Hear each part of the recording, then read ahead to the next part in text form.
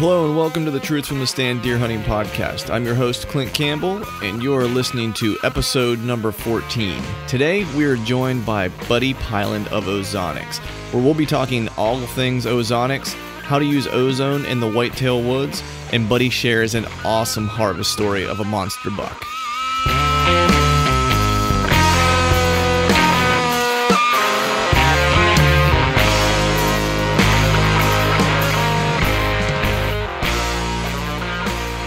Hello and welcome to the Truth from the Stand Deer Hunting Podcast. I'm your host, Clint Campbell, and you are listening to episode number 14. Today we are joined by Buddy from Ozonics. We're going to talk a little Ozonics, a little hunting with scent control, with a little assisted scent control, shall we say. Looking forward to the conversation with Buddy. This past year I did use some ozone to help me in my hunt in Ohio. It wasn't necessarily an Ozonics machine specifically, but it kind of piqued my interest about ozone, how it works and how it can be applied, and if it's something I should consider, long term. And I figured if I'm considering it, I'm sure there's a bunch of folks out there who have either used it, have maybe dabbled in it a little bit, and would maybe like to learn a little bit more about it. So I thought, why not have the folks from Ozonics come on and kind of share some knowledge with us and see if we can't figure out whether or not this is something we want to use going forward. But before we get into all that, I am always, as always, well, not as always, but as most often, joined by my fellow co-host, Phil Marchek. How's it going, man? It's going, and it's going well. I was actually thinking about this Ozonics thing, and we could probably use it in the bedroom because our bulldog, he just got some odors to him all night long. So if we could kind of use that to cover a blanket over him, that'd really be nice. Yeah, sure. Blame it on the dog, man. You know what? I gotta push blame where I can. It's tough around here.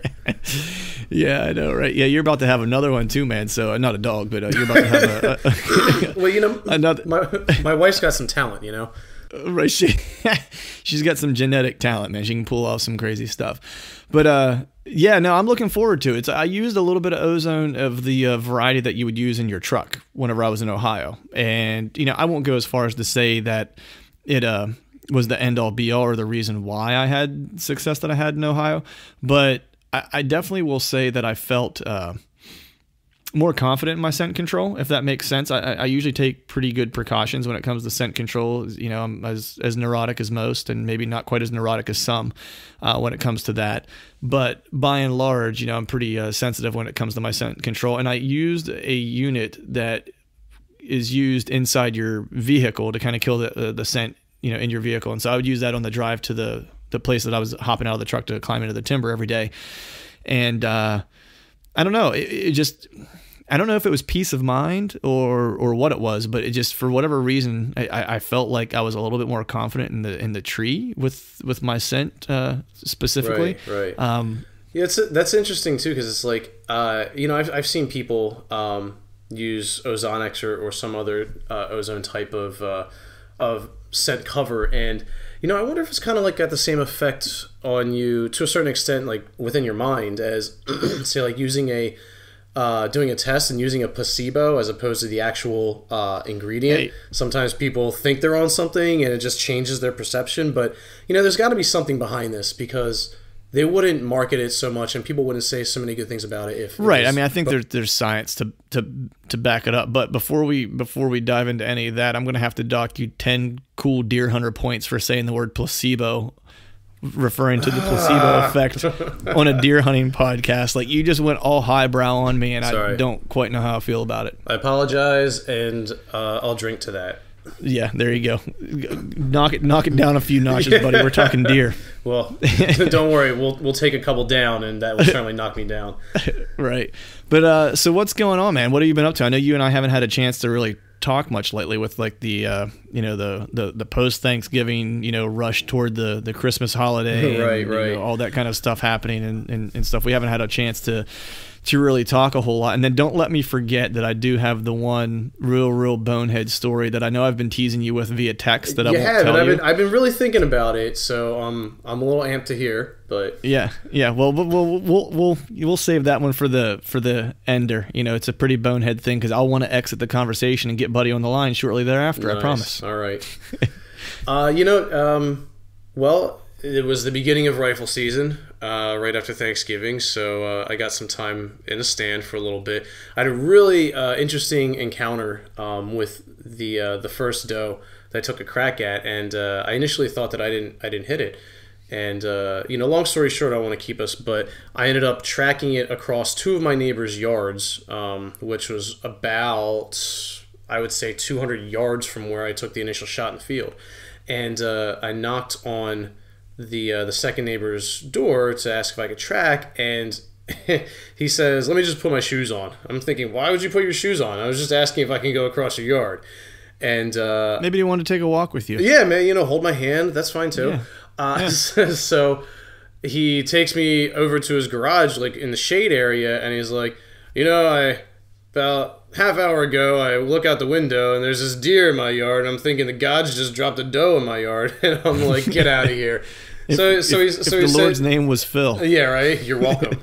So I said, "Oh man, I that's great. I'm glad you actually pulled it out of the sun and into the shade for me. Like that's a big step." And I was like, I'll certainly kick you over some meat if that's something you're interested in. He was like, "Yeah, absolutely." But it was just really, really nice etiquette. I was really appreciative of him doing that. So that's a little nice story, I think, to kick this off with.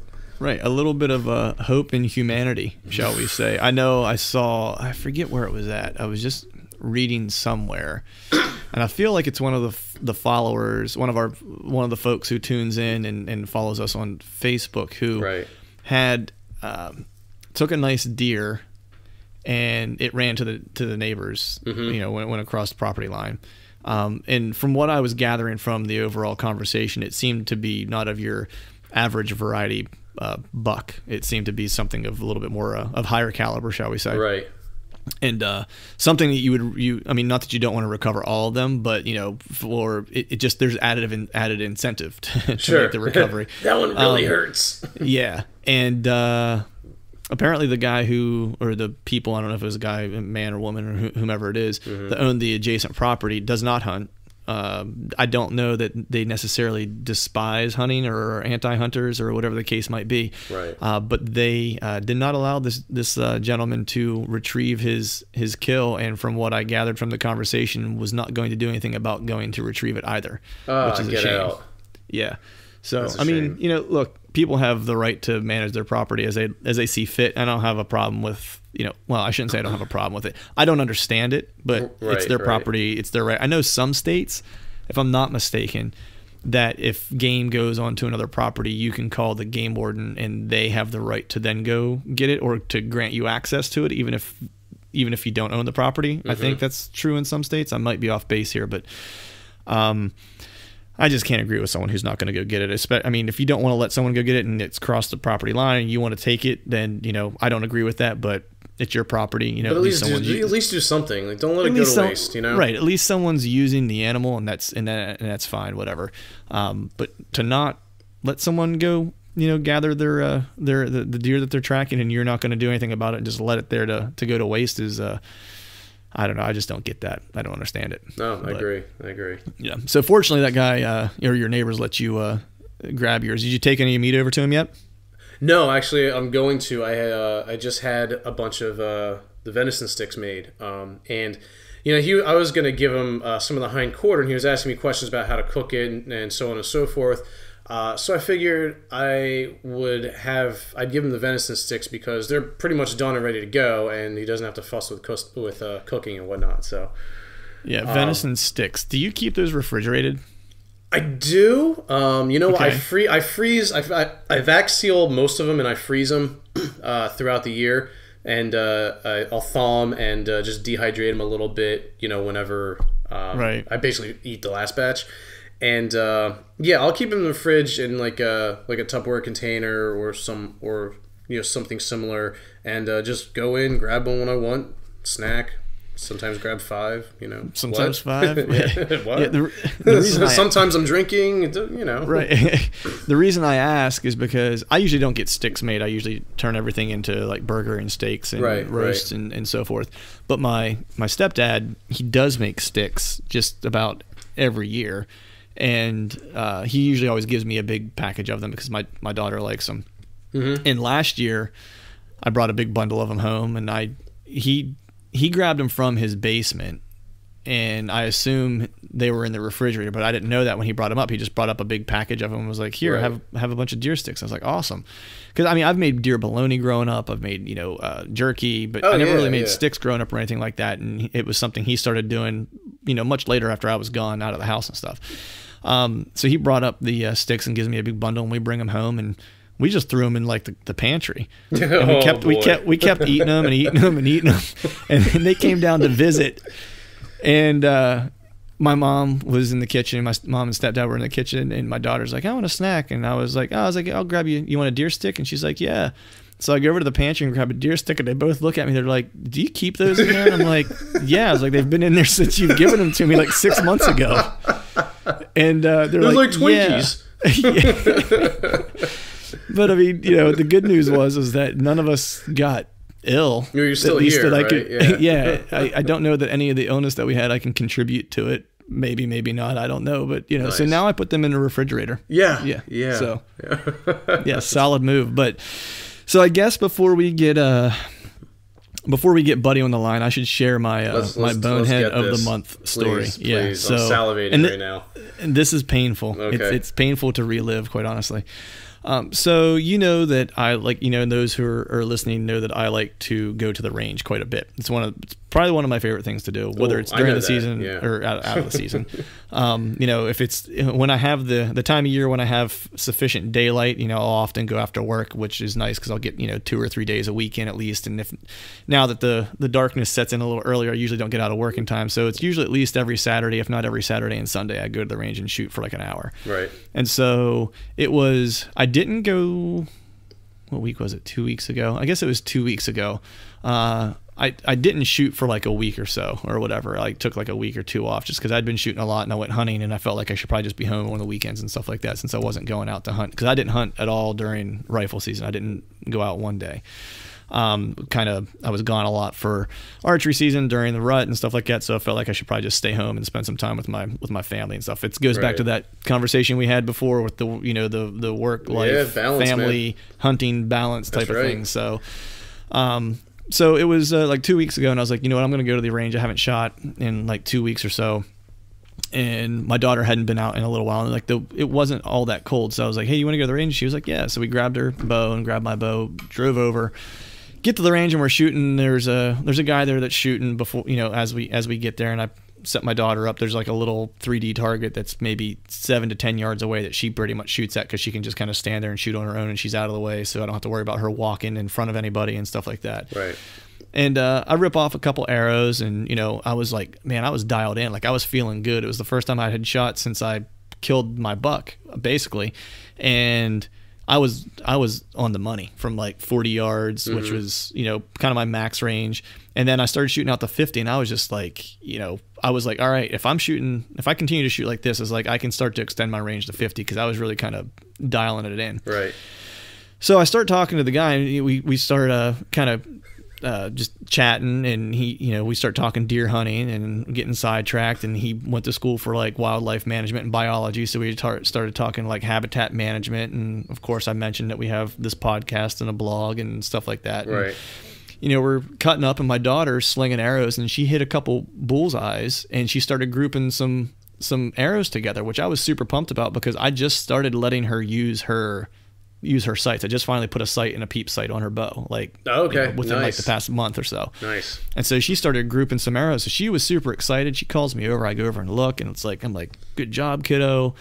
And so I went back over and I start talking to this guy again, and another guy shows up, and he starts talking. And so the first guy I started talking to, he's over his car getting ready to put his stuff away, puts his stuff away. I pick my bow up, go to knock an arrow. He comes over to shake my hand. He's like, hey man, it was great to meet you. I'll see you later. I'll catch up with you. Hopefully run into you sometime. I was like, yeah, that's awesome. Shook his hand. I draw my bow back, sight it in, let it go. And I was like, that doesn't sound like it's supposed to. And I dry fired my bow. Yeah. So that hey guys, is... look, I'm gonna be all professional right now. Hold on, watch this. Yeah. So I gotta say that, man. Oh man. Man, I almost threw up. It was the worst feeling that I've had in a while. Like, I immediately thought I blew my bow up. Like, I could not believe I had just done that. And I was thinking through it. I was like, how did I just do that? Like, how do I dry fire my bow? I was like, and it's just, and I was like, my daughter was talking to me, and I was kind of watching her because it was the first time I really put her on her own over to the side and letting her shoot. And then this guy was leaving, and I literally picked you knocked an arrow? No, see, I went to knock the arrow. I picked it up out of the holder, okay. and as soon as I picked it up, he came over to shake my hand, and so I put it back down and I shook his hand. And it was starting to get dark out, so I was kind of in a hurry because I think I only fired 3 arrows because I was talking to him most of the time. Right. Which was fine. He's a great guy. It was good to get to meet him. I'm always interested to meet hunters and stuff, especially when I'm at the range. It's always awesome to get to catch up with those folks. But yeah, I thought that I had knocked an arrow and just totally went on autopilot and didn't even think about it. And wow. So the good news is the next day I took it to a pro shop and the string was okay. Okay. The cams were okay. The limbs were fine, so I didn't crack limbs or anything like that. There was one piece, and now I'm forgetting what it's called now, that was slightly bent, and it's I can't remember what they're called. I should know this. I can't remember what it's called, but there was 2 small pieces that were slightly bent. There was one actually that was bent, and they come in pairs. So I bought a new set of those and had them put on. Gotcha. And now I've been dialing my bow back in. So now it's like anytime I'm slightly off, I'm trying to determine whether or not my bow is not shooting properly or if it's me, because now I'm just like nervous about it. Right. Well, I'll tell you what. I mean, if you took it to the shop and they checked it out and they replaced the part, something that my dad would always tell me growing up whenever, I would just have a bad day at the range or just, I'm not shooting well, it's more than likely user error. Yeah, well, I mean, it's like then I shot some arrows this weekend, and I fully Robin Hooded one where it's like saw that one. Yeah, where it was like literally it was stuck into the back of it. It came out as one long, super long arrow. So I was like, my bow is shooting fine. Like anything that I'm doing is just me being apprehensive about shooting my bow and waiting for something to go wrong. So now I have that fun chore of playing the mental game of trying to get my stuff back together. Yeah. So, but with that, as I said, I wanted to make that the last thing so I could quickly save a little bit of dignity and run out of here and use the disguise as having to dial Buddy in as my excuse to run. But we do have to dial Buddy in because he is awaiting our phone call. Let's certainly switch gears on that. Yeah, without further ado, let's go ahead and get Buddy on the horn. But before we dial Buddy in, let's take a quick break for a word about our partners at Exodus Outdoor Gear. Today's Exodus experience is again from Josh Fowler, who explains what their 5-year no BS warranty means to him. So you don't offer a 5-year warranty on a product unless it was designed and tested to last that long without failure the majority of the time. That for me as a customer, that 5-year warranty tells me loud and clear that this is a rugged, robust camera, unlike anything else in the market, and was built to last. It's an enormous endorsement by them, and it puts me, the consumer, at ease when I'm spending $200 or a little over $200 on a camera. Because, up until I found Exodus, I was spending $100, $120 on a camera, hoping it was going to last me a year or two. I don't mind spending a little bit more for an Exodus camera that has top-notch specs, top-notch support, but I know is going to last me a minimum of 5 years.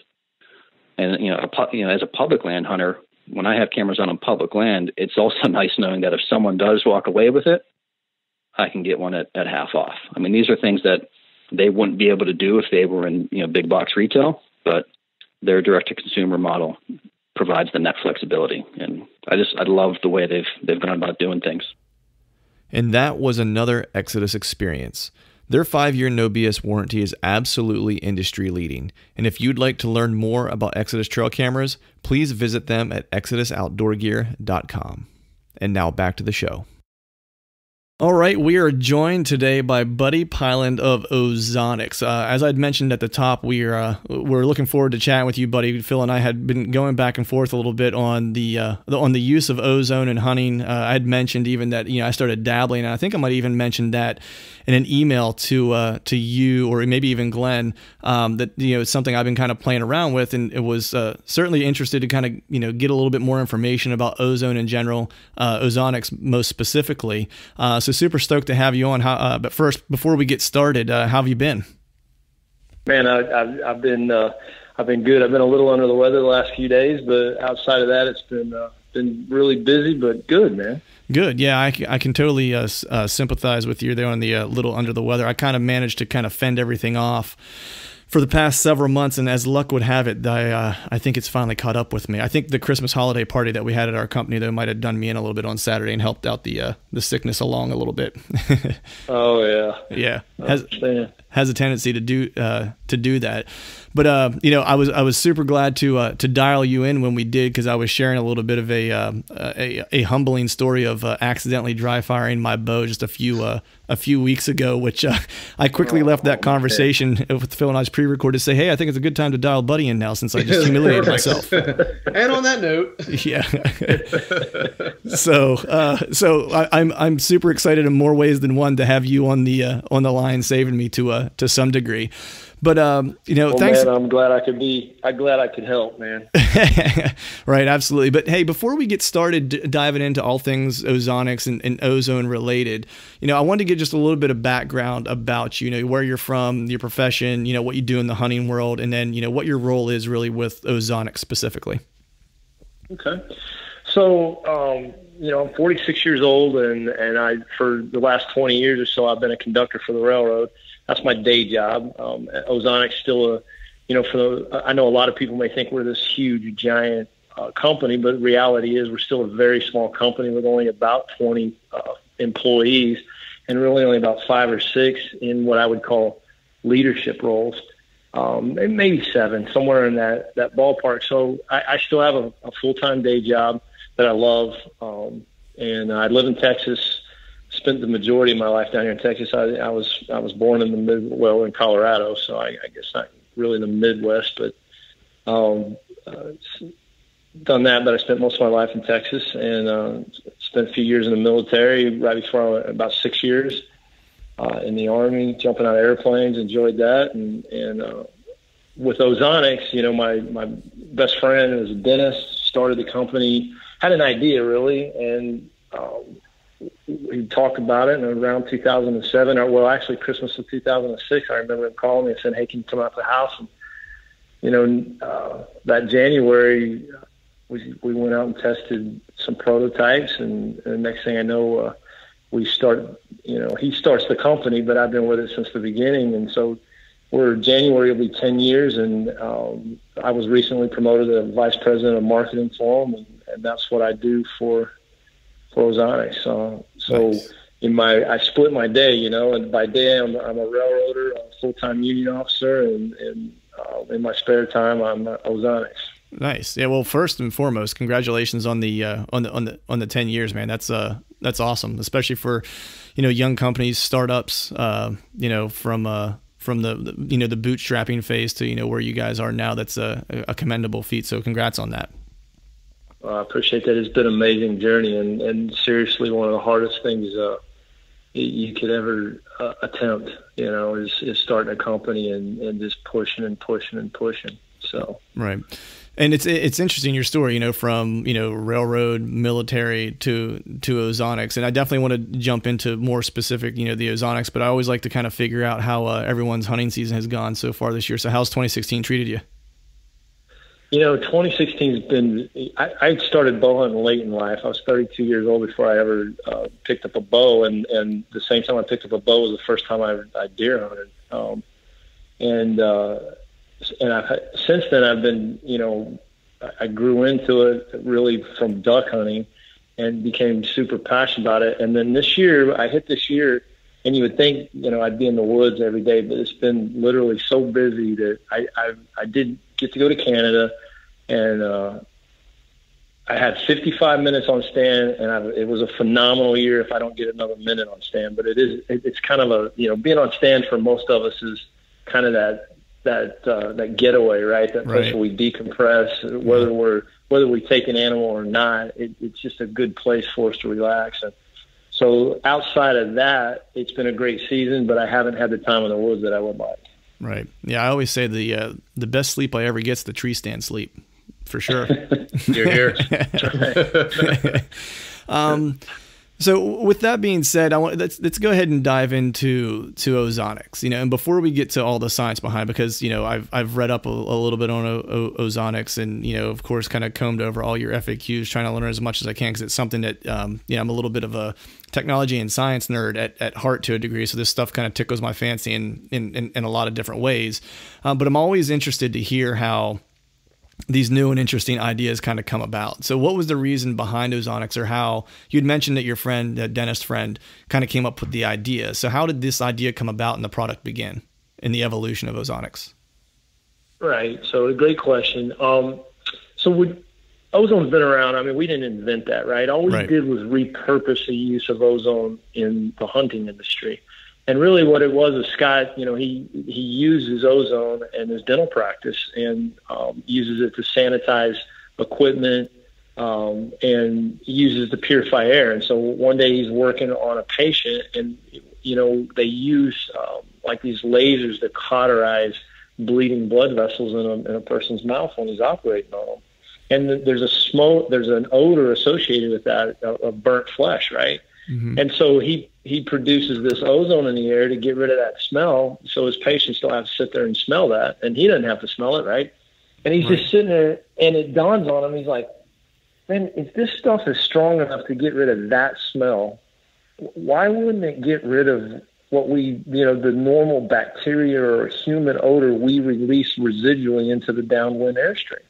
And so that idea began to grow, and because that was probably 3 years. That was probably 2004 when it really started. The idea began to germinate, and he started doing some research and testing. And again, I go back to 2006, and then January of 2007, where we had these prototype models with rheostats on them. We used motorcycle batteries and literally like jumper cables that you would attach to the battery and then to the ozone generator, and then it would produce ozone. So that's kind of where it began, and how the thought triggered in his mind, and where it grew to. And obviously nobody had ever conceived of doing that in a hunting environment, and so he was able to patent it, and the process of using ozone as a molecule in the field to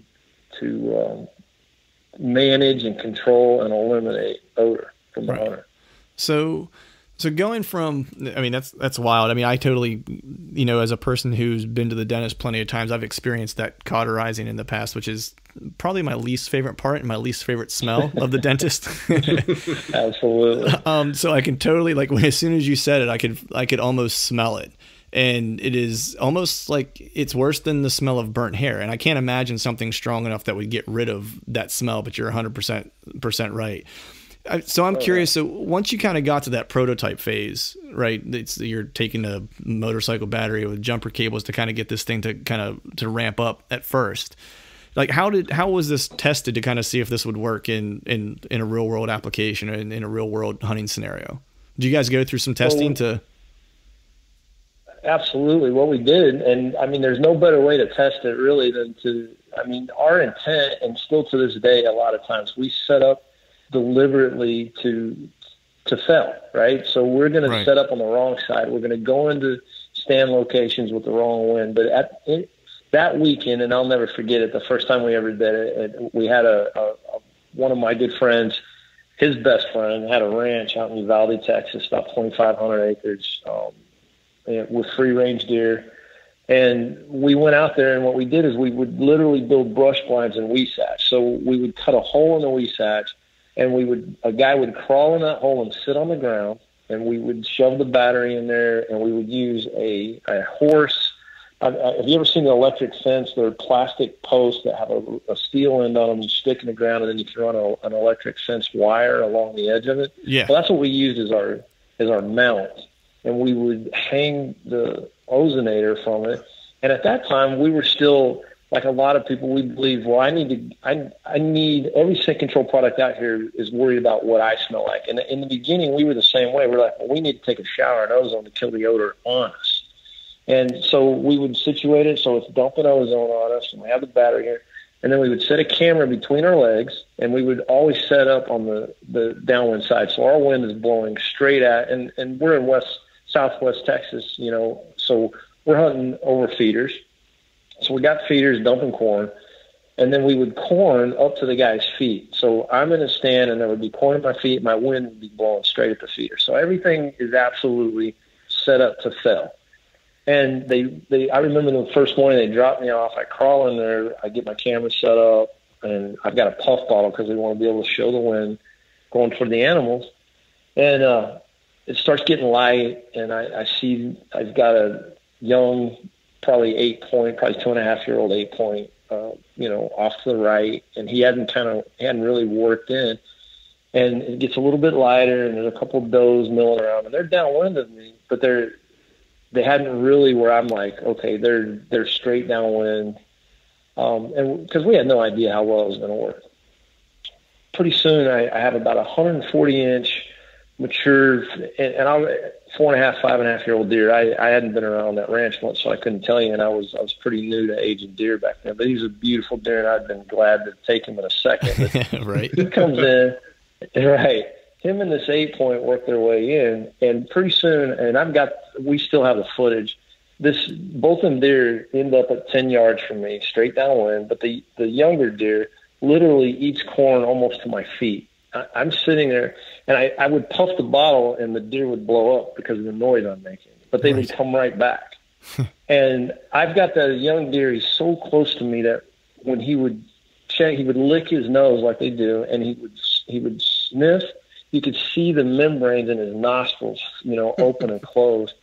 And I'd never been that close to a deer. This is 5 years into my bow hunting career. I'd never been that close to a deer, and he's straight downwind of me.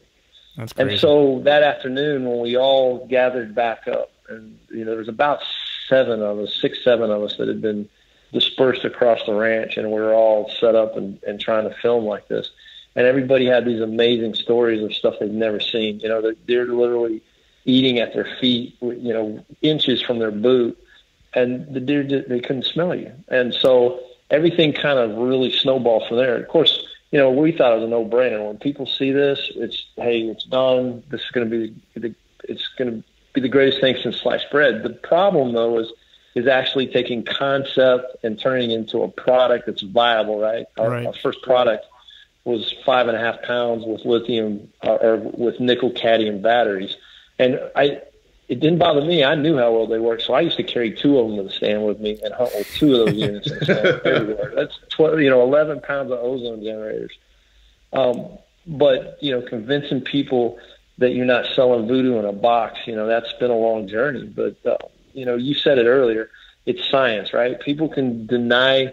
They can tell you all day long gravity doesn't work, but anytime they jump off the building, it's going to show them every time, right? It's a principle. And it's the same thing with ozone. It's science. Ozone, human odor in the presence of the right concentration of ozone for the right amount of time, it's always going to be eliminated or altered to the point that animals can't smell it. And it's an amazing thing when you learn how to effectively apply it to your hunting situations. Right. It's funny that you mentioned science, because I wanted to get a little sciencey here for a quick second. So, because I want to understand, I want to help the listeners, I guess, kind of understand how this works, I guess, from an odor dispersing, reducing, whatever the correct adjective is to use there. But so O3, and correct me if I'm wrong here, but O3 as a molecule, it's creating an O3, right? The Ozonics unit is creating an O3 molecule, right, and dispersing it. Mm-hmm. And so how does this molecule eliminate odor, I guess is what I'm asking. It's like, I'm assuming, just from my novice understanding of science, is that it's an unstable molecule looking to find another molecule to react with or to stabilize with. Is that somewhat correct? It wants to return to its normal state. So literally what we do when you create ozone is you take O2, which is oxygen, ambient air, right? So we suck it up through the bottom there, and we push it across this highly charged coil, and for lack of a better term, is it fractures an oxygen molecule. It tears it apart. And when this O2 molecule that's been ripped apart, when they reattach with another oxygen molecule, it forms O3, right? And it's this highly unstable molecule that doesn't want to be like that anymore. It wants to return to its normal state of O2. So it wants to attach to anything it can attach to revert back. And so that means dust, odor, pollen, smoke, anything in the air. So, and in this case, what we're worried about is human odor. So when it attaches to that, it literally oxidizes it and destroys it. And so when you talk about human odor, and here's the thing, I like to, I'm not a real sciencey guy. I like to talk in analogy. So what you could imagine is that a human odor bacteria is really big compared to an ozone molecule. Like, imagine, I use this analogy all the time for people that know anything about Star Wars. If you've got this huge empire or imperial starship, battleship here, and then you got all these little X-Wing fighters, the X-Wing fighters are like ozone molecules. They're little bitty, and they attack, and they're destroying stuff. But a human odor bacteria is like that big starship. But every time an ozone molecule begins to attack human odor, it causes that DNA, the whatever human odor is made of, right? It's all of these chemical compounds. Nobody's ever identified it, but when it begins to attach, it begins to unravel.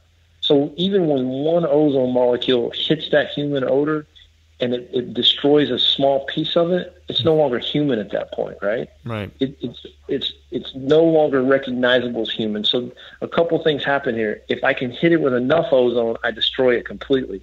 If I don't hit it with enough ozone, I begin to unravel it, and I change its chemical compound to the point that it's no longer human, and therefore it's not recognized as human. I alter it to the point that if it gets to the animal we're after, they may become curious. They may raise their nose and start smelling, but they don't equate it to danger. Right, and that was actually the next thing I was going to ask was just, have you ever experienced it? Do animals distinctly know that they're encountering something different, and what type of reactions have you gotten? Has there ever been any negative reaction, or is it typically just curiosity and going about their business? Well, no, I've been hunting with ozone now, hardcore for 10 years, and so I've seen just about every kind of reaction you can have. And in a perfect scenario, perfect situation, hunting with ozone is about time and concentration. Always remember that. I need enough concentrated ozone in the downwind airstream for a long enough time that ideally I'd destroy every bit of odor that's released by me into the airstream. I don't have to worry about what I smell like. I just have to worry about what's being released to me. So at that point, it becomes an application issue. Am I properly placing my unit, pointing it where it needs to be? Am I dealing with the wind?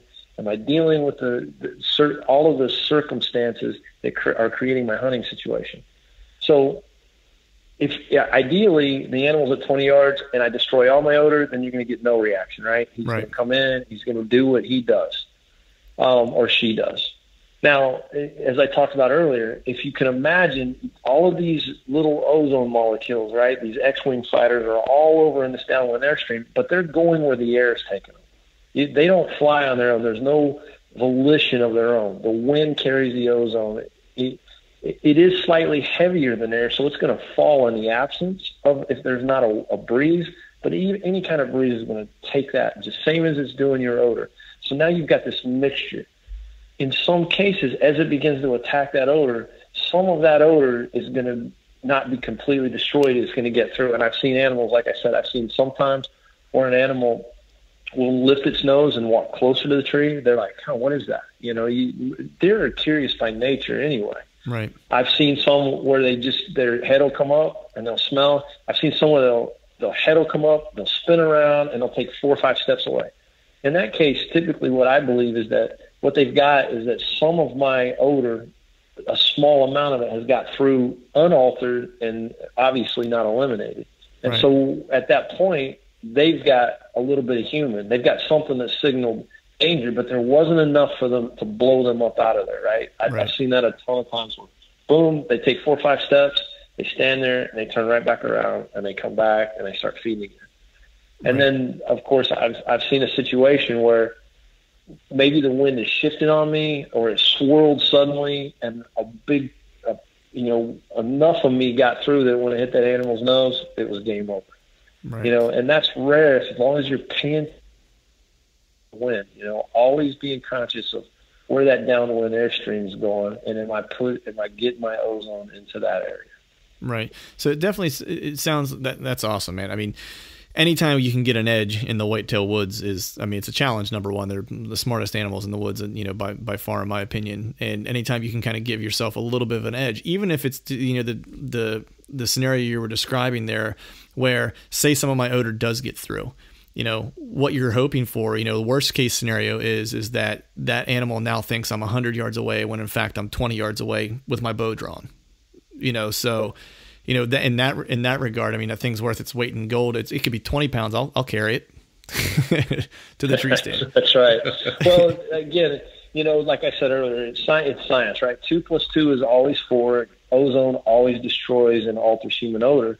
And so when guys call me and say, hey, this thing's not working, at that point it always becomes a conversation about how are you using the unit? Because I can give you the best bow in the world, but if you try to shoot it upside down, it's not going to be effective, right? If you try to use it or if you try to hammer, a screw instead of using a screwdriver, you have the wrong tool. And it's the same thing here, or you're using the tool inappropriately.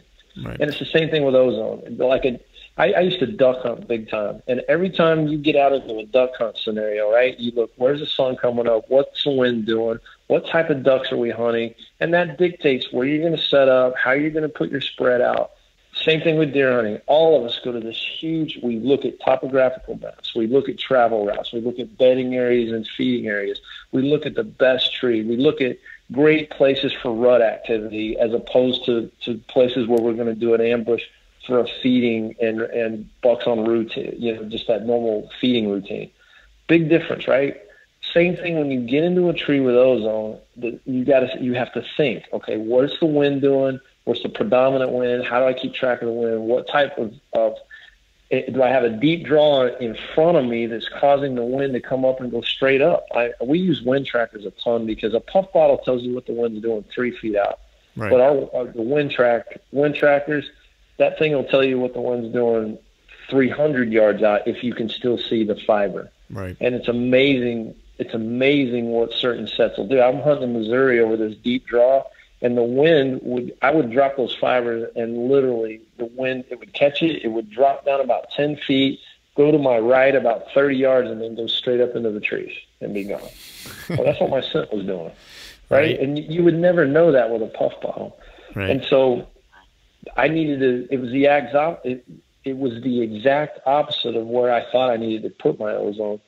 So that application of the technology is critical when people are like, hey, it's just not working for me. Either the unit's not working, which is very rare, or you have it set up wrong, right? For lack of a better way to put it.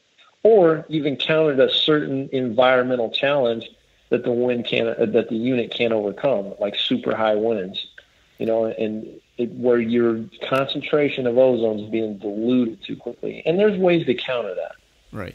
And I definitely want to get into some of those application things because I have a couple just from my own hunting experiences. But before we jump into some of those, so do you feel like this is effective enough when applied correctly? Because I think that that's a good point to make. It's like people, if they're looking for a cure-all for something, it's like there's generally not a this magic elixir in the deer woods, right? That'll deliver you 160 class deer to your stand whenever you do all the wrong things. So application is key, making sure you're using it appropriately. But is this something you feel you could use on its own without adhering to like other typical scent control regimens, or do you guys still kind of prefer for folks to use some type of scent control regimen for maximum effectiveness? Well, it's a great question, and so I would look at that from two approaches.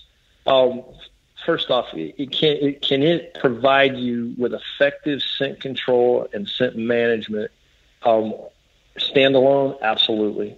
And that's why, a lot of times for the guy who thinks he needs it the least is the guy who needs it the most, right? For the real everyday guy like me and you, that we have full-time jobs, we have families, and the reality is I got an hour before dark. Do I really have time to run home, take a shower?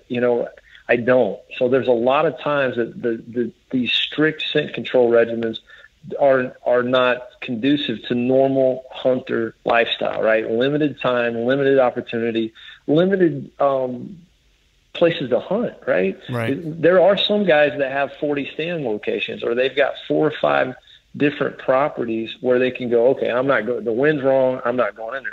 But for the rest of the world, the reality is you got your buddy's letting you hunt on his 5 acres at his grandma's place in the backyard, and you got 4 days of vacation, and the winds, instead of being out of the north, it's out of the south because we got a late season warm front. Well, what do? You can't move your vacation, and if you go in there. So standalone, absolutely. Now, with that being said, if you have the ability to adhere to a strict scent control regimen, it makes the entire process even more effective, right?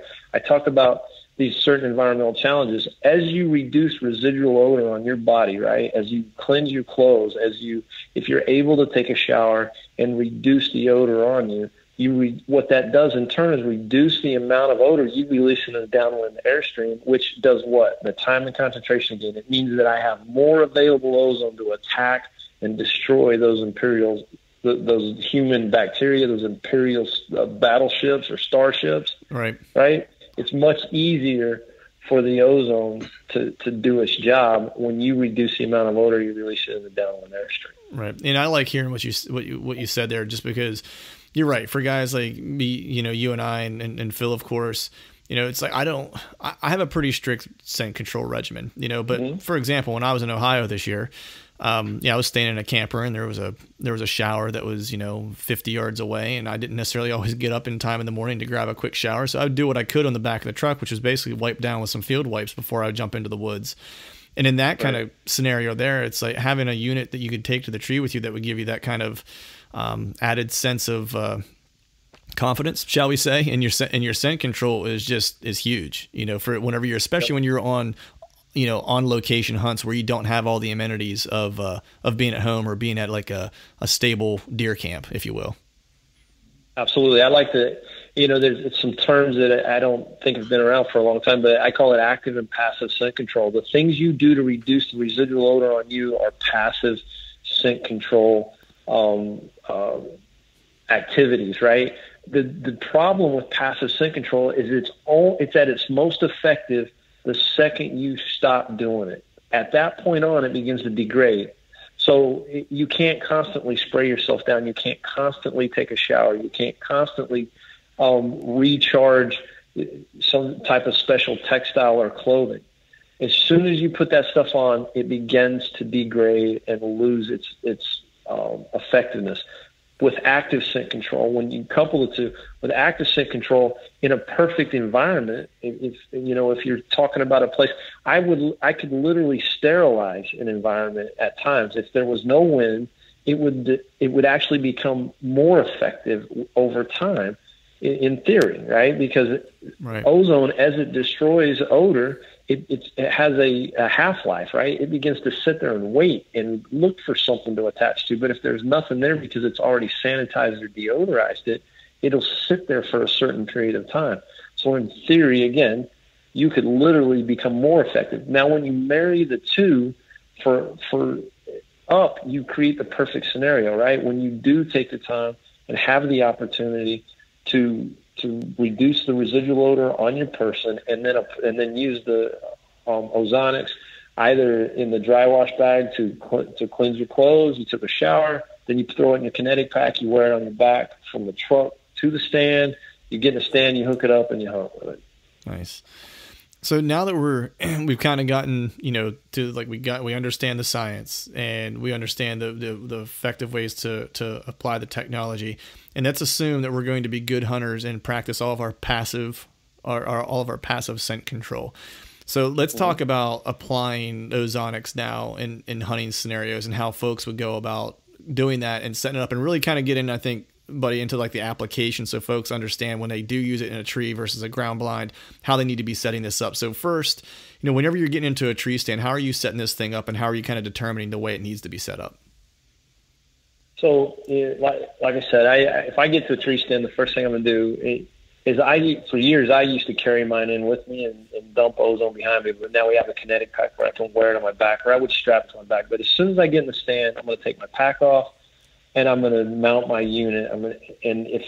I used to stand in a tree stand all the time to hunt, but what I've learned is that, and taught myself to shoot sitting down, is that I reduce my odor profile or my scent profile. I'm 5'11", but when I'm sitting, I'm 4 foot something.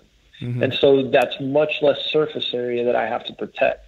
I want the unit approximately 8 to 12 inches above me in the downwind, pointed in the downwind direction. That's the key point. You always deliver your ozone downwind. So people go, well, a lot of people will ask that. They'll say, well, is it safe to breathe? Well, the first thing I would say to answer that is if you're smelling ozone, you don't have the setup right. And now with the caveat, every now and then the wind's going to swirl, and if you get a little bit of it, that just, check it, make sure the wind hasn't shifted completely. But if you're smelling ozone constantly, then you have it set up wrong because you're wasting ozone.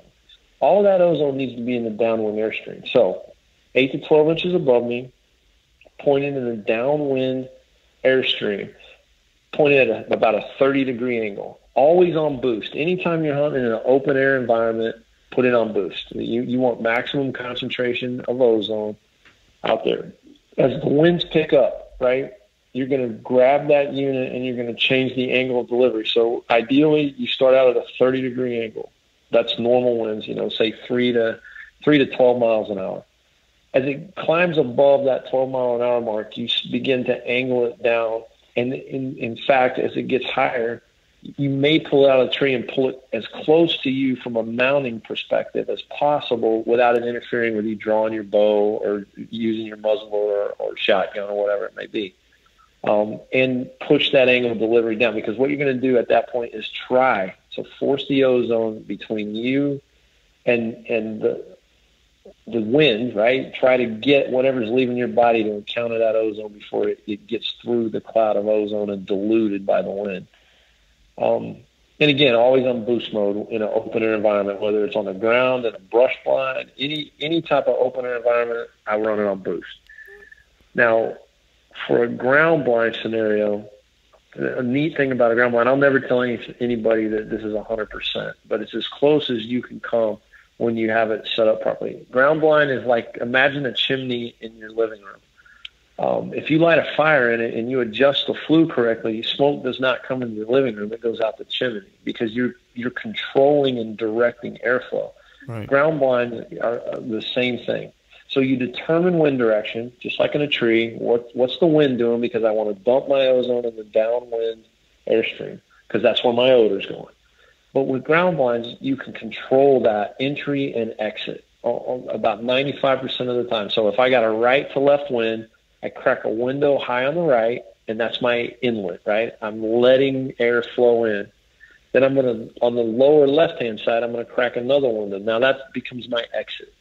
And I'm going to take and position my unit, whether it's on a tripod or I use the blind mount, and I'm going to hyper-ozonate that exit. In other words, every bit of my ozone is going to go right out that hole I create for the exit in that blind, just like a chimney flue scenario. And when you do that, it's absolutely amazing what you can do and see and get away with in ground blinds. Right. That's from an odor perspective. Yeah, that's pretty. Just the chimney analogy there is spot on, because if you can direct it that keenly, Yeah, I mean, I like to say if I have a good stand, I have a good wind, and I'm kind of set up to where I'm not going to get busted. It's like I always like to say that I'm kind of bulletproof, and that sounds about as bulletproof as you're going to get as far as scent's concerned. Oh yeah, is that type of setup?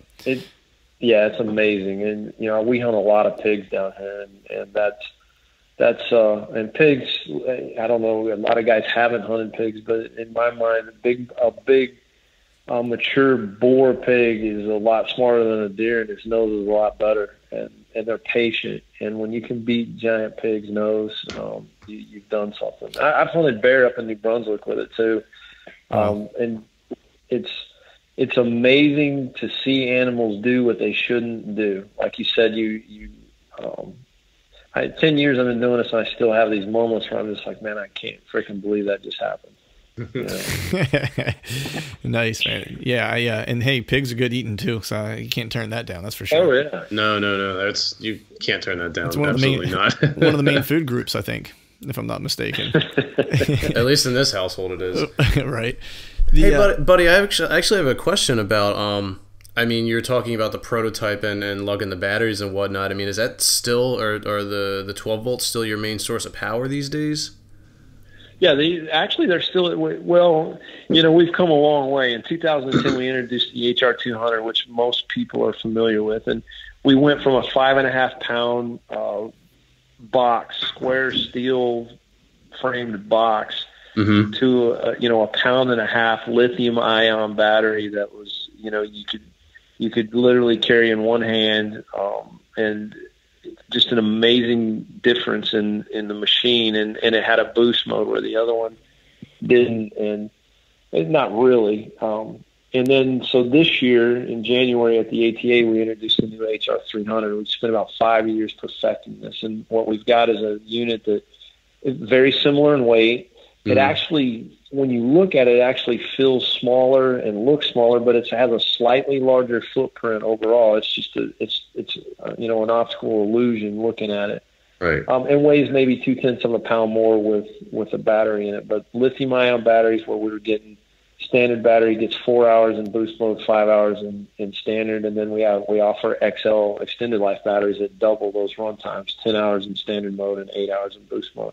Okay, for, yeah. Like I said, under 2 pounds. Yeah, because I was actually thinking about that. I mean, especially during the rut, if the user's anything like, Clint and I, and probably yourself, you're spending, pretty much morning to dusk in a stand, and just thinking about battery runtime. Like, you don't want to get mid-hunt and all of a sudden you're out of power and the Ozonics unit is pretty much a non-factor at that point. So I was just kind of wondering how you guys kind of accommodated for that. That's pretty cool. Yeah, no, we introduced the XL battery just for that purpose, because every unit comes with a standard battery, right? And then the XL battery technology is if you guys have ever bought batteries for your cameras or any of that, computers, you guys understand that battery technology is very expensive. Oh yeah, and there's always this balance, right? Boost mode is. I'm one of those guys that, hey, if a little works, a lot's probably great. And so I mean, no matter what I'm doing, I'm running my stuff on boost and chewing up batteries. And right. So yeah, that was something that I was, jumping up and down for a while. Hey, we got to have something here, because I can't carry 12 batteries. I can't afford 12 batteries. Of course, yeah. So, because that's actually pretty interesting too, from a perspective of affordability and portability. I mean, with all the advances, I don't know if you've seen the new solar panels, the roof solar panels that they were just showcased a couple months ago. I mean, is solar power something that you guys have thought about or potentially might dive into in terms of a power source as opposed to just a standard battery? And it's certainly something that over the last several years that we have discussed at length, because, part of the neat thing is this adventure hunting and being in the woods, or being in situations where guys don't necessarily have access to electricity. Right. But it becomes, when you realize what we do to convert, to create this, take a 12-volt battery and turn it into enough these high voltage unit to crack these oxygen molecules, it becomes a real challenge charge time wise and producing enough electricity to actually be effective long term. So right now the technology is just not there for us to be able to do that feasibly yet. I'm hoping in the future that catches up and we're able to do something, because I think it would be, the dry wash bag right now gives a guy the ability who's elk hunting in the do-it-yourself elk hunt or whatever it may be, where he's out there for 8 to 10 days on the mountainside. He doesn't have to carry as many clothes because he can treat his clothes, right there in the dry wash bag. Right. And so remote power would be, solar power would be awesome. Yeah, it's almost that would be, yeah. Yeah, it's almost like you read my mind, because as I'm sitting here, I was just thinking I'm planning a DIY elk hunt in September in Montana, and I was just sitting here thinking, I was like, man, that would be killer to be able to have something to where you could just descent every evening. So it'd be interesting to see if the solar technology kind of comes around. But you started mentioning a couple different products there, and like as you were talking earlier on, there was something you had mentioned about carrying it into the stand with you to kind of cover your scent trail as you walk in. And the one place that I was thinking for me that is even outside of the hunting season use would be to check trail cameras and carry something with you as you're checking trail cameras to make sure you're killing any of the scent that you're leaving as you're walking by. Even if you're being careful wearing your rubber boots and all that stuff, you're inevitably probably going to drop scent. Yeah, and, good call. That would definitely be one of the applications I would look for. But so thinking about all the different ways that we can use Ozonics, let's talk about, I guess, some of the products you guys have. Can you share just a few of the different types of products? I know you mentioned the HR 300 is the new one, right? That's coming out, and you have the 200. That's correct. So the 200 has been our workhorse model. We've had it for 5-6 years now, and it's super effective. There's absolutely nothing wrong with that machine. What we did with the 300 is what I was saying. There were certain environmental challenges with the 200. But the only way to overcome them would have been to have added a second HR 200. And so we were working hard on creating a unit that would produce more ozone and give you the ability to overcome some of those certain environmental challenges, like I said, like higher winds when they get above a certain level. And the only thing you could do is add a second unit. Well, the 300 produces 45% more ozone, so that gives you that ability and boost to produce the amount of ozone you need to overcome that. Second, we created what we call pulse technology, where we brought to market a bag 5 years ago where we could descent and deodorize your clothing using ozone. The problem is we very quickly realized if people don't understand ozone and understand how powerful it is, you have to really, there's a balance. And I use this example, this analogy. If you take your clothes and you put them in your washing machine and you dump a gallon of bleach in there, you're going to ruin every bit of those clothes. But if you take a cup of bleach and you put it in the appropriate spot and you run your washing machine on the right cycle, you're going to clean and deodorize those clothes. It's no different than ozone. If you just pump ozone indiscriminately onto your clothes for hours on end, you're going to cross a line between deodorization and sanitation into degradation. And so we spent 5 years working with that and studying that. And how do we create because ozone, it's not like a burrowing molecule. It's not going to, if your clothes are all wadded up in a bag, it's not going to get to all the odor because there's surface area that's not exposed. So we fought for this idea of how do we create airflow, because airflow pushes that molecule around there and exposes your clothes. So we came up with a dry wash bag, and there's a lot of technology in there, and we're married with the HR300 and pulse technology where we hyper-ozonate. In dry wash mode, it actually produces more ozone than even boost mode. It just dumps ozone in there, and then it flushes it, and then it dumps ozone, and it's a 10-minute cycle. So when that 10 minutes is over, that machine shuts itself off. So if you decide, hey, I'm gonna get these clothes going, you hit them, and then you go off to take care of something else, you come back, take your clothes, turn them inside out, run it on the second cycle, because now you're exposing new surface area. Like I said, it's like a closet. You make sure there's room in between. the HR300 lays right in the top, upside down, dry wash mode, clean your clothes. Wow, beautiful thing. Yeah, I would have never thought to turn my clothes inside out. I usually put mine all the way turned inside out because that's how I take them off, and then that's how my wife washes them, and she won't turn them out right side out for me. But yeah, I just wear them like that so that when I get done, eventually the next week they're going to be right side out. So every 2 weeks I'm good to go. Yeah, right. Yeah, I'm going to have to employ that approach then. So, speaking to, what I was mentioning earlier, which is, for me, it's like I could see, a use in checking trail cameras with this. I know that you guys have an apparatus, a bag of sorts that you're able to carry, an Ozonics unit with you to kind of do just that. Can you speak a little bit about what that bag is and how that works? Sure. We have what we call a Kinetic Pack, which again it's another product of a lot of time and discussion, and you'll see, we don't really build backpacks and closets, but we do build platforms for the delivery of ozone, right? For optimizing delivery of ozone. So just like in the dry wash, there's a lot of technology inside that bag where you see the baffles and the airflow and the married up with the pulse technology. The Kinetic's the same way. For years, I've strapped units to my backpack. I've walked in with one strap to my backpack, one in front of me because the wind going into the stand is dead wrong. I've done a lot of those things, but with the Kinetic Pack, what we were able to do is make a pack that not only do you have a place to put like a great day pack that you can carry your stuff in, but for times when you don't need a pack, you can drop the bottom off, and you've got a small pack up top that carries your HR300 or your HR200. And you'll notice inside of there's some technology that when you wear that, we've worked a long time to come up with a wedge or an angle in there that pushes that ozone into the airstream instead on the back of your head or into the back of your backpack.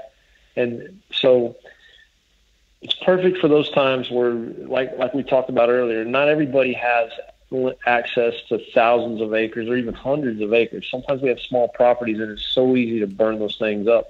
And forget about hunting, like you said, putting out feed plots, checking trail cams.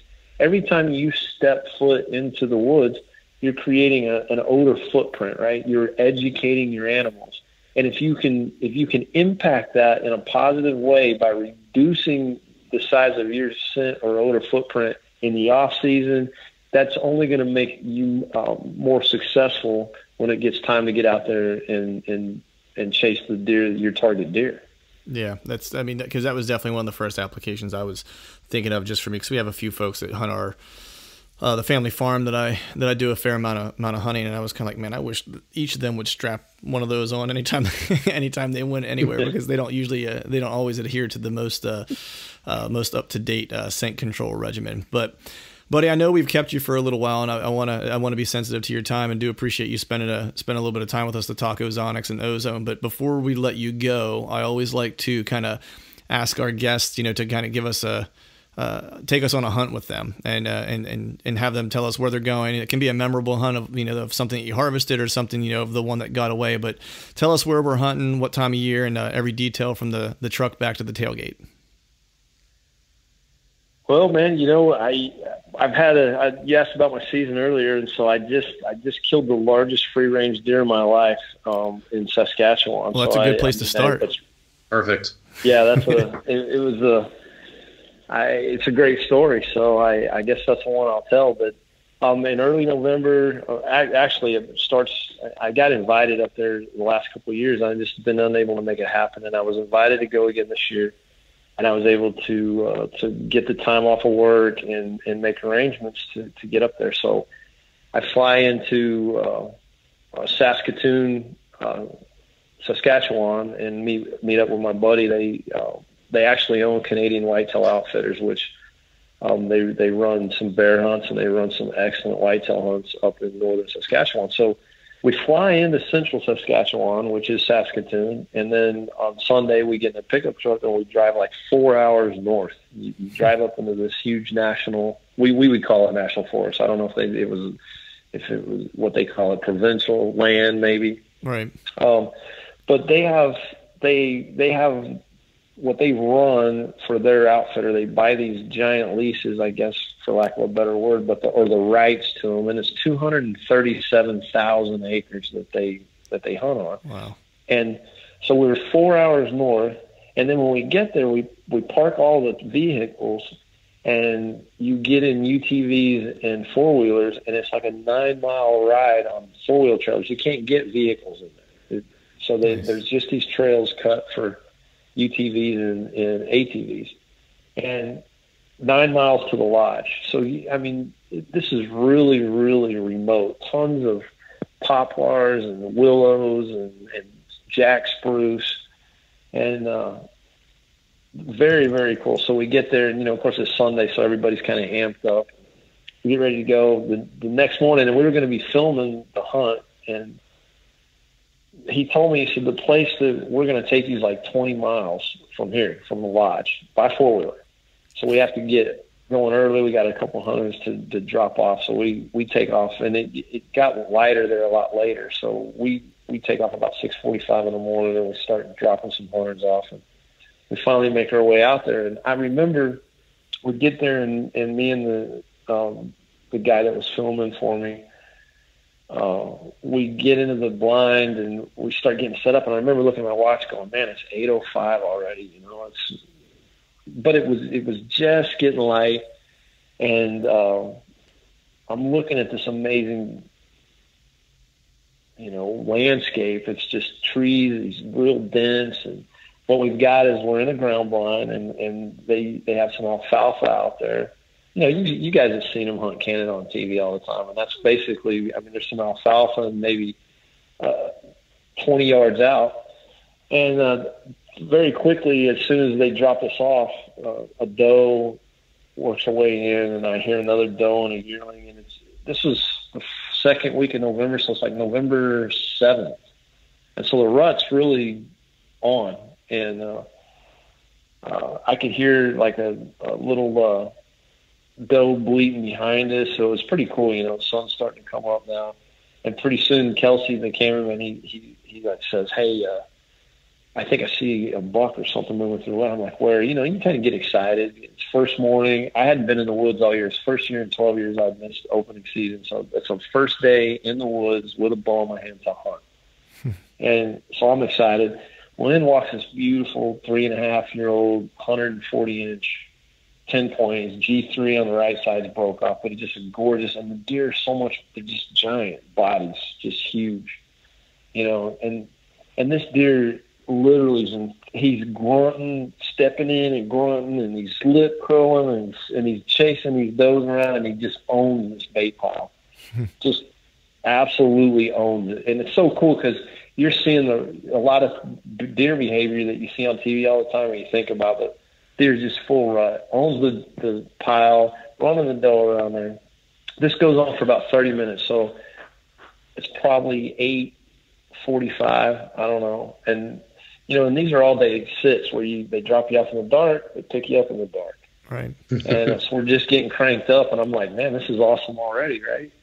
And I'm watching that deer, and all of a sudden, and if you guys, and most of your audience will know too, you know, if you watch these deer and how they behave, he's on the pile. He's the biggest guy in the world. Nobody messes with him. And I'm looking at him, and all of a sudden, he just drops his head, turns, and walks off, right? So instantly, I'm like, he just got punked out by something. So either some of the wolves we heard howling showed up, which I believe he would have acted very differently, or right. There's a giant buck somewhere, because he's a good size, beautiful buck, man. Any other time I'd be running an arrow through him, but it's my first morning in Canada. I'm gonna wait, you know. Right. And he just walks off. So I'm like, I look over at the cameraman. I'm like, hey, something's up. And so I'm up against the ground blind on the left side, and I can't really see anything to the left, and because it's all blacked out. And there's a little crack, and he kind of sits up in his chair, and all of a sudden I see his eyes get real wide, and he's just like, oh my gosh. He just sits back down, and he mouths, shooter buck, you know. And I'm just like, how do you know that, right? Right. But I'm like, I can't see him, so I try to lean up, and I'm like, like, where's he at? He's like, well, this buck moved down away from us, along to our left, and he moved down in the brush. He's about 30 yards in the brush, and he went down about 40 yards straight downwind, and he's just scent checking the area and looking for does is what he was doing. But he went downwind to scent check the area, and he milled around it, and I could see his feet, but I couldn't see him. At this point, I still hadn't seen his rack. But I know that Kelsey was like, "Oh man, that's a shooter, no doubt." So I'm kind of getting nervous that he's just going to leave, whatever. But he says he's coming back, so he works back up all the way up to just to our left at about 15 yards. I still haven't seen him, and he's like, "Here he comes," and this deer walks straight in. And I mean, I know why he said he's a shooter, because the second I seen him, it's like one of those things where you go, it's a no doubter, right? I'm going to shoot him if I get the opportunity, no questions asked. Well, he walks straight through at 18 yards and never stops. And I don't try to stop him because I'm just like, his ears were kind of pinned back, and so I'm thinking he's just pushing that other buck off the pile, because I could still see the other buck about 20 yards out. Well, that buck worked his way around behind us, and I know you might have wanted a short story, but I'm going to. No, this is good. No, keep going. Keep going. And, so that buck, the younger buck, works behind us. I could hear him walk straight behind us and over to my left, and I can see this buck. He's 10 yards out. There's no shot, and I remember getting a stern talking to, because I've never been one to be patient in those situations. I'm usually like, okay, I'm shooting this animal, it's done. But I was told very clearly, look, the cameraman's a boss, and you don't shoot unless he says, gives you the green light. And I know he can't see the deer over there, and I didn't really have a shot at that angle. But I'm like most of us, I'm panicking now, because the biggest deer of my life is standing right there in Canada. I'm just freaking out, right? Well, he stops and he turns around, and it's just like on a movie. I mean, he walks right back and stands, and I come to full draw. And when I drew, he turns and looks straight at us. I guess it maybe heard me or the motion or whatever, but he's staring straight at us. And I anchor with my first knuckle in my right ear. That's my anchor point. So I press it in there hard too. And so I'm on this deer. I mean, I am anchored in, and I'm ready to go. And I'm waiting for this guy to say, "Yeah, okay, good." And I hear him say something, and I'm like, "What?" And he's like, he says something, and I'm like, "What?" And he just goes, "Kill him." And so I let him rip, and the first thing out of my mouth, like the way I seen it is, it looked to me like I hit him forward, and I'm thinking, oh, that's a giant, big-bodied deer. If I hit him, and I got a horrible story about last year hitting a giant deer square in the shoulder. But so that comes out of my mouth. Oh, I think I hit him forward. And he's like, "Oh no." But I did notice when the deer turned and stepped, blood just blew out of the side. So I'd like, he's good. But I couldn't see it, but on camera, the cameraman could see him. He ran down about 40 yards, and he just literally plows a tree, T-bones it, just smokes a tree, and is down. But I can't see that, and he couldn't see him go down. He could see where he ran, and at that point, we're looking at the footage, and I was still worried I hit him forward, and he's like, "No," and he took a picture of the thing, and he's like, "Dude, you hit him perfect." And long story short, we went down, we had about a 40-yard blood trail, and right where he had hit that tree, there's a little depression there, and he had fell over. And just a gorgeous 10-point, both brows split deep. Wow. So I guess technically a 12, but he's mainframe 10. And just super long main beams that come way out. I call them crowbar, because both his main beams come out and then they dip like the end of a crowbar or come up. Right. And he scored, which I'm not a big guy on scoring, but he scored 173 gross, and just you can't ask for more than that. And I looked at my watch when it was all done. It was 9 o'clock. So my season this year is 55 minutes long. Man, that's fine. That is totally fine. Yeah, if you're gonna do it, you did it in style. That's for sure. That's a buck of a lifetime, man. So congrats to you, dude. That's a killer buck. No, man, it wasn't. And I'll say something. First off, that place is amazing. that is truly, a lot of people talk about places that, a 200-inch deer can walk out. Well, you're talking about a place, 237,000 acres, that some of them deer have never seen a human, and it truly is a place where you have no earthly idea what can walk out in front of you, and can be 200-plus inches. Just amazing place, and they do such a great job there. The Dean and Jason and the crew, unbelievable place. I highly recommend it. Nice, man. Well, that was a great story to end on, and thanks for sharing it. And again, congrats to you, man. That's a great deer. But before we let you go, if you wouldn't mind just telling the folks out there listening where they could go to find more about Ozonics. Man, come to our website at ozonixhunting.com. We've got a ton of YouTube videos also on our YouTube channel. We'll be adding more and more of those that talk about application, talk about product usage, and so that's where they can come. And obviously, any questions, post them up there, and love to talk about Ozone. Yeah, and for any of the folks out there listening, we'll also be placing all the social media links as well as your website link in the show notes, so they can always find you there in this in the blog post as well. But buddy, I appreciate your time. We kept you for long enough. I'll let you get back to your normal duties here of the evening. I'm going to go try to watch the Patriots beat up on the Ravens to help out my Steelers a little bit tonight. Yes, sir. There you go. Well, guys, man, thank you so much for having me. And on a side note, man, I appreciate what you guys do to bring the hunting out here to everybody on a regular basis, a different perspective. And again, thank you for having me on. I appreciate it. Absolutely. We're happy to do it, man, and glad to meet folks like you. We'll talk soon. All right, folks, that is a wrap for today's show. We'd like to thank Buddy for joining us. Be sure to check out all of Ozonics gear and information at ozonixhunting.com. Also want to make sure we thank our partners at Exodus Outdoor Gear. And if you are enjoying the podcast, please feel free to share with a friend, and make sure to subscribe to the podcast via iTunes, Stitcher, and or Google Play. Last but certainly not least, I want to thank all of you and wish every one of you a very Merry Christmas and a Happy New Year. And until next time, we'll see y'all.